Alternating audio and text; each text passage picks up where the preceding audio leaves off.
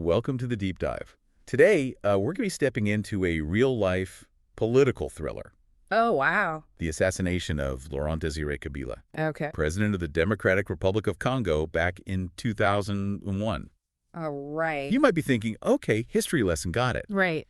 But trust me, this is far more intriguing. Okay. We're going to uncover the atmosphere of a nation on edge, the whispers of power struggles, Yeah. and the mysteries that still linger around this event. What's fascinating is that even 2 decades later, Right. the case remains unsolved. Wow. We'll be examining not just the events themselves, Okay. but also how they were reported, the political maneuvering, Right. and the impact on Congo's future. And we have some really fascinating material to work with for this deep dive. Oh, yeah. We've got excerpts from an RFI podcast Okay. that vividly captures the mood in Kinshasa Yeah. leading up to that fateful day. Right. Think of this deep dive as a crash course in Congolese history Okay. with a healthy dose of suspense. They're ready to dive in. Absolutely. To truly grasp the weight of this event, Okay. we need to set the stage. Okay. Imagine the DRC in 2001, All right.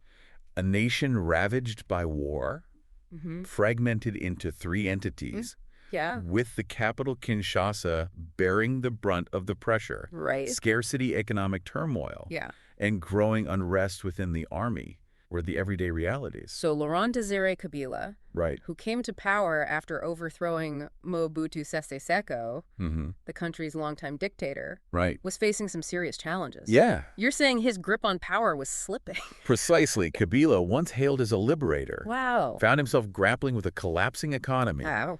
failing military operations, and waning support. Okay. Peace accords were in place, Right. but deep-seated mistrust among the warring factions Yeah. made true progress feel like a distant dream. And to make matters worse, Yeah. Kinshasa itself was a powder keg. The RFI podcast paints a picture of a city under siege, Wow. both literally and figuratively. Okay. Shortages, skyrocketing prices, Yeah. and relentless government propaganda Mm. created a palpable sense of anxiety. Wow. Sounds like everyone was on edge, Yeah. bracing for something to happen. Journalist Arnaud Zajtman, Okay. who was in Kinshasa at the time, Mm. described it as an atmosphere thick with tension. Really? People were whispering about potential uprisings, Wow. coups, anything that could disrupt the fragile status quo. That's intense. Kabila's attempts to control the economy had backfired, Oh, wow. leading to a thriving black market and a currency in freefall. Wow. The war, though not directly in Kinshasa, Yeah. had severed supply lines, Oh, right. leaving the city feeling isolated and trapped. It's almost like you could feel the tension building as we delve deeper. Mm-hmm. And then comes January 16th, 2001, Okay. the day everything changed. Right. Ironically, it began with a rather peculiar news story that captivated the Congolese media. Really? What was that? Yeah, what was it? So, Ah, yes. Okay. The tale of the duck that met its demise in police custody. What? It might seem absurd, A duck. a fleeting moment of comic relief against a backdrop of mounting tension. Yeah, Yet it underscores the strange juxtaposition of normalcy right. and impending chaos that characterized Kinshasa in those days. Talk about foreshadowing. Right. It's almost like a scene from a dark comedy where no one realizes the tragedy about to unfold. Yeah. So let's talk about the assassination itself. Okay. That afternoon shots rang out at the Marble Palace, Mm-hmm. Kabila's residence. Right. What was the immediate reaction? Confusion and chaos. Really? The initial reports were fragmented, Okay. riddled with inconsistencies, and rumors, as always, spread like wildfire through Kinshasa, Right. a city known for its penchant for embellishment. And to further complicate matters, Yeah. the regime imposed a complete information blackout. It was as if they were trying to control the narrative, Right. even in the face of such a shocking event. He flew Kabila's body to Zimbabwe, claiming he was receiving medical treatment for injuries. Oh, wow. This bought them time to strategize Okay. and solidify their next moves, but it also fueled speculation and distrust. Right. People were left wondering what was truly happening behind the scenes. And then in a twist that could only happen in a political thriller, Yeah. the official announcement of Kabila's death Okay. came not from Kinshasa, Oh, wow. but from the Belgian foreign minister in Brussels. Really? Given Belgium's complex and often contentious history with Congo, Right. this raised a lot of eyebrows. Absolutely. This seemingly minor detail ignited conspiracy theories. Wow. Casting a shadow of doubt on the official narrative. Right. Was Belgium somehow involved? Yeah. Was this part of a larger power play? It makes you wonder. These questions reverberated throughout the Congolese population, further eroding trust in the government. It certainly fed into the existing anxieties and suspicions. Remember, this wasn't the era of instant communication. Right. People relied heavily on word-of-mouth rumors and speculation, Yeah. which could easily distort the truth. Mm-hmm. The lack of reliable information created a breeding ground for conspiracy theories. So we have a city already gripped by fear and uncertainty. Right. A sudden assassination. Yeah. A communication blackout. Mm-hmm. And then to top it all off, Yeah. Joseph Kabila, Laurent-Désiré's son, stepped in. Right. The transition of power was incredibly swift, almost seamless, Yeah. which led many to question whether it had been orchestrated all along. Mm-hmm. Was this a coup disguised as an assassination? The speed with which Joseph Kabila assumed power certainly raised questions. Yeah. He was stationed over 2,000 kilometers away at the time of the assassination. Wow. Yet he swiftly returned to Kinshasa and took control. That's wild. This has fueled the belief that the assassination was part of a premeditated plan to remove Laurent-Désiré and install Joseph in his place. The plot thickens. We have a nation in turmoil, Yeah. a violent death, shrouded in mystery, Right. a power vacuum, Mm-hmm. and a swift succession that seemed all too convenient for some. It did. It really does sound like a political thriller playing out in real time. Absolutely. But the intrigue doesn't end there, does it? Not at all. Really? Even now, 2 decades later, numerous questions about Laurent-Désiré Kabila's assassination remain unanswered. Like what? Who actually fired the fatal shot? Yeah. Was it a lone gunman, a disgruntled soldier acting independently? Hmm. Or was it part of a more elaborate conspiracy? The RFI podcast mentions an official investigation Yeah. that led to the arrest and imprisonment of numerous individuals, Right. including Kabila's aide-de-camp, Colonel Eddie Kapend. Mm. But you hinted earlier that there are lingering doubts Yeah. about the fairness and accuracy of that investigation. Yes, there are. Many believe that those convicted were scapegoats, sacrificed to appease public anger and solidify the new regime's hold on power. Wow. It's important to remember that the DRC's political landscape at the time was incredibly complex, Yeah. a tangled web of competing factions, Okay. each with their own ambitions and agendas. So we have a puzzle with missing pieces. Mm-hmm. We know about the tensions within the army, Right. especially between the older, more established soldiers who had served under Mobutu Yeah. and the younger Kadogo recruits who were fiercely loyal to Kabila. Right.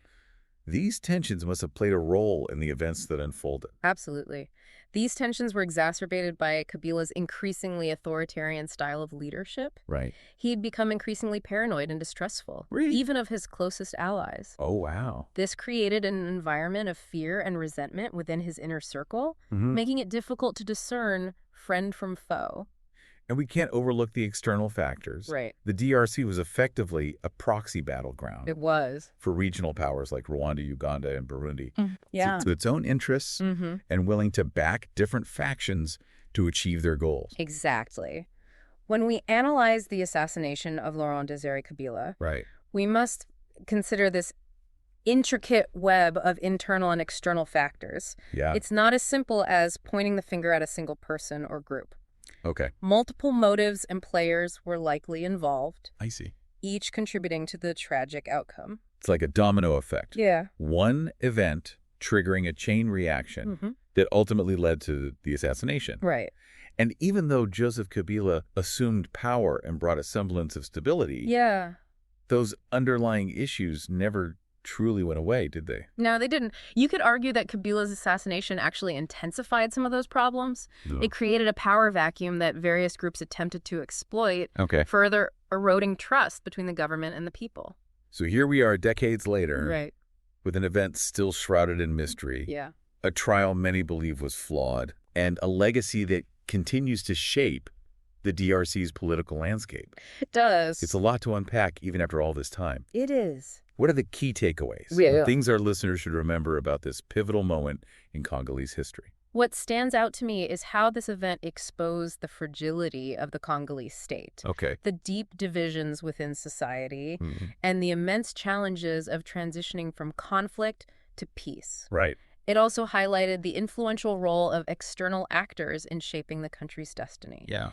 For outside observers like us, it's a stark reminder that history is rarely straightforward.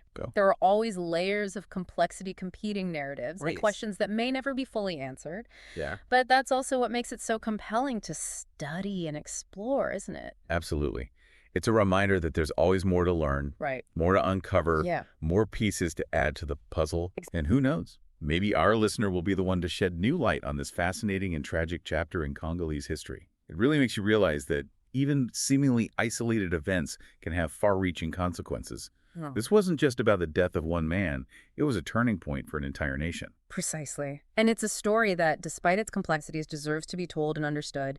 It compels us to confront uncomfortable truths about power, justice, and the enduring legacy of colonialism in shaping the DRC's trajectory. So what does all this mean for our listener? What can they take away from this deep dive into the assassination of Laurent-Désiré Kabila? I think the most crucial takeaway is the realization that history is never truly settled.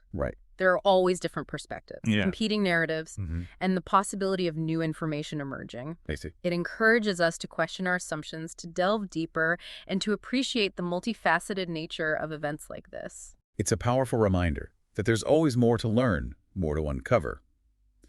We've explored the facts, the rumors, and the lasting impact of Laurent-Désiré Kabila's assassination. This deep dive has hopefully sparked your curiosity to delve even further into this pivotal moment in Congolese history. Absolutely. Perhaps you'll be inspired to explore the lives of the key players, the political dynamics of the time, or even the various theories surrounding the assassination. It's a captivating story, and who knows, you might uncover something we haven't even considered. Exactly. And remember, this event wasn't just a single incident. Kabila's assassination became a symbol of Congo's ongoing struggle for stability, a stark illustration of how personal ambitions and external forces can disrupt a nation's progress. It's a story that continues to resonate today, urging us to reflect on the complexities of power, the fragility of peace, and the importance of understanding the past to navigate the present. Thanks for joining us on this deep dive. It's been a pleasure.